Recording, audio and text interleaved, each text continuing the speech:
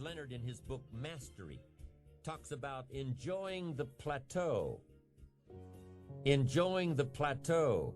Now, this is an important point because so often we find ourselves racing to get ahead, thinking about our next achievement so much that we can't appreciate the time in between. Happiness is here and now. Happiness isn't the end result. Happiness is part of the journey. There's an old saying that goes like this: the road to heaven is heaven. The happiness that you're searching for in the future must be found today. The success you're after in the future will only be found by working on it today. Success is the balance between the need for active achievement and the satisfaction in taking the time to acknowledge what you've already achieved. Take time to reflect while you're enjoying the plateau. And while you're reflecting back on your past accomplishments, think about something else. Think about the potential within you that's still untapped. Consider these two questions during your time of reflection. Number one, what could I have achieved in the past had I been more diligent? Could I have been more disciplined, worked smarter instead of harder, said no more often to social functions, to community commitments? What could I have achieved in the past had I tried a little differently? Only you can answer this question. It's very personal.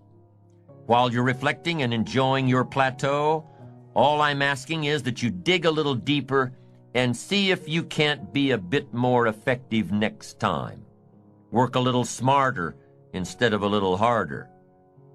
So that's question number one. What could I have achieved in the past if I tried a little more diligently? Now here's number two. How can I achieve more in the future? Well, if you take some quality time to thoughtfully answer question number one, you'll probably have a clue as to what's needed in the future. Do you need to work more diligently? Do you need to be more disciplined? Do you need to work smarter instead of harder? Do you need to say no more often? Do you need to manage your time better? That's one of the keys to reflection. You can put down on paper what worked for you in the past and figure out ways to translate this information into the future. You can design your better future if you can learn from your past. You can face your future with more excitement, more anticipation, when you design a future worth getting excited about. You can see your future and have it pull you, but don't forget to appreciate yourself for what you have done so far, for what you have done today.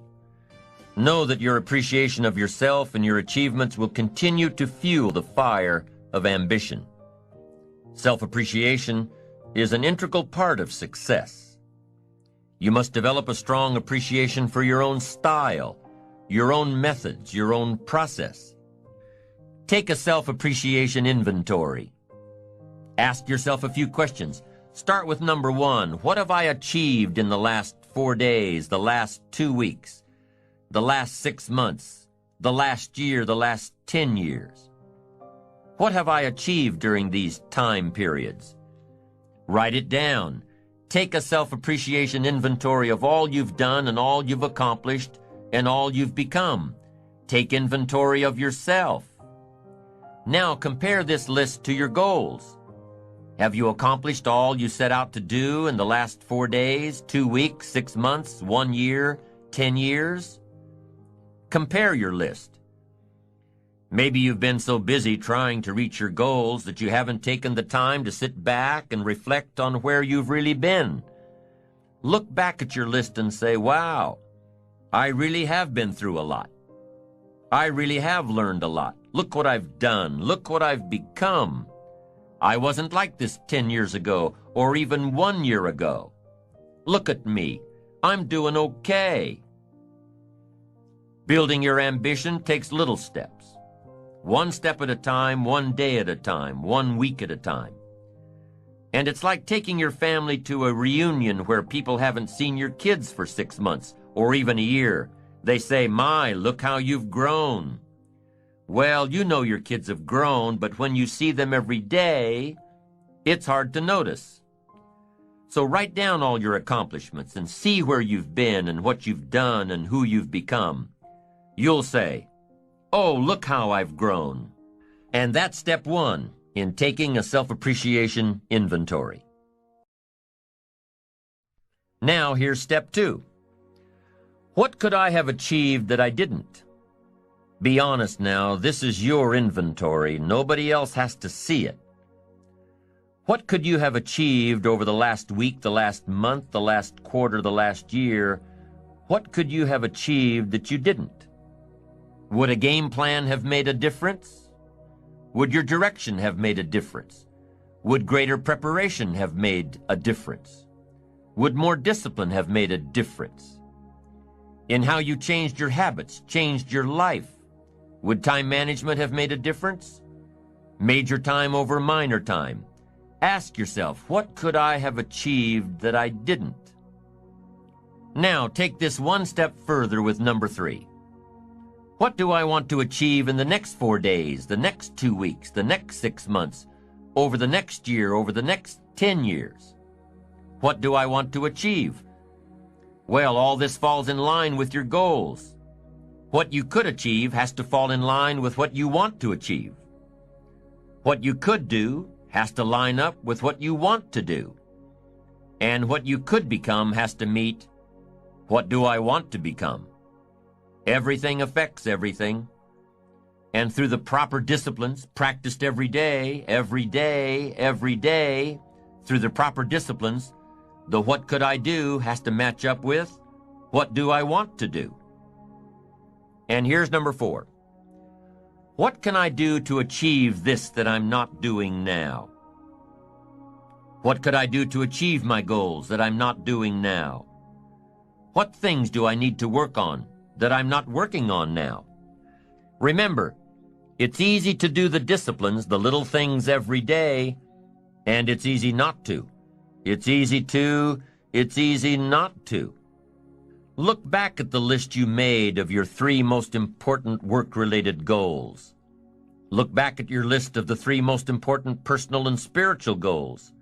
How are you doing with these? Are you making progress a little each day, a little each day? Are you appreciative of the progress you've made so far? It's important that you take time out to acknowledge yourself, your achievements, what you've done so far, where you've come, who you've become.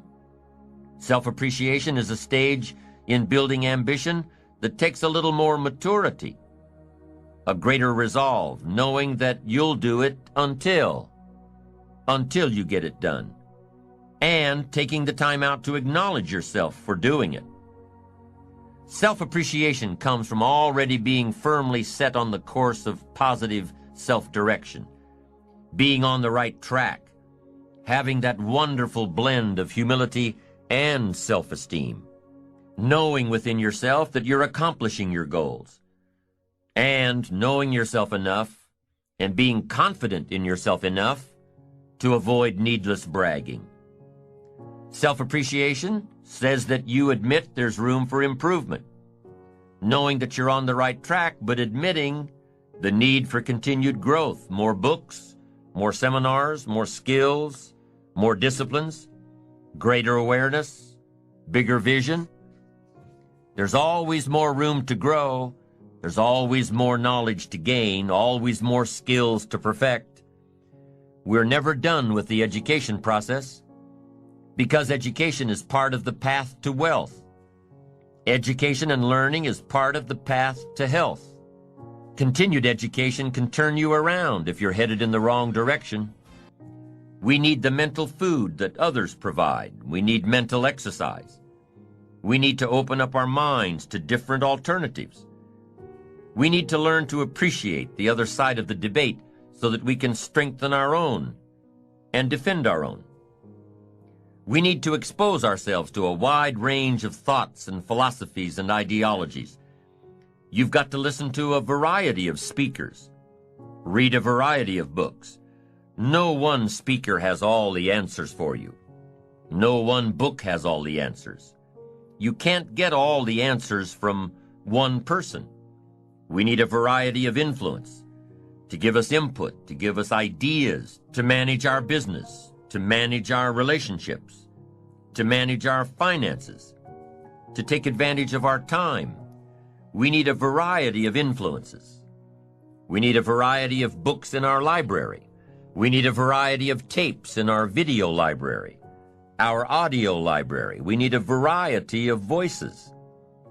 And here's what else we need. We need a variety of points of view. Points of view can be so valuable. Somebody says, "Did you ever see it from over here?" And you say, "No." So you step over there where they are and you take a look back over here from their point of view. And you say, "My gosh, I never thought from this perspective. It's so different. No wonder you think the way you do." Here's the clue. Take advantage of all that's available in terms of mental food and mental exercise. Be eager to learn. Always be eager to learn, no matter how far along you are in the journey, no matter where you are in your success. Keep that eagerness to learn. Gather up as much knowledge as you can. And then what? Debate it. Put it all on the table and look at it. Dissect it. Turn it around and stare at it. Ask questions. Make statements. Don't take it for granted that one person has all the answers you're looking for. Take their knowledge, but don't take it as the only knowledge. Make sure that what you finally do, the model you develop of strong appreciation for your own style and your own methods and your own process for achievement, make sure that what you finally do is a product of your own conclusion. That's what's valuable. Not to just go do what someone says without debating it. Consider the source and then do it your way. You can take an interest in what someone says, digest it, take notes on it, but then debate it. Look at it from all angles. Be a student, not a follower. Building your ambition is a process unique to each and every one of us. Gather all the knowledge that you can. Then develop your approach as a product of your own conclusions. Your own conclusions, not someone else's conclusions. Your own conclusions. You can't fall for other people's philosophies. They may not be right. As you collect knowledge, you must sort through it and find out what's valuable. Then you can develop your own philosophy. And your own philosophy becomes the most important of your guidance systems, one of your guiding lights. So develop your own plan, lest you get into trouble with someone else's. And debate the plans of others, the philosophies of others, the achievement styles of others, the way others appreciate themselves. Debate all this. Why? Because it affects everything. The value you place on your plan, the value you place on yourself, the value you place on life in general affects everything around you. It even affects how you respect time, the 24 hours a day given to each of us to do with as we please. There's a connection between appreciating yourself and appreciating and respecting time. People who appreciate themselves understand and respect the use of time. Here's what I call the best-kept secret of the rich. Interesting discovery that I made one day. I couldn't believe it when I found out that rich people have about 24 hours a day, and poor people have about 24 hours a day. Wouldn't that drive you mad until you found out what the difference was? I'm telling you, the difference is in the management of the time. A few simple disciplines practiced every day, and your whole life can change. Your future can change. Your income can change.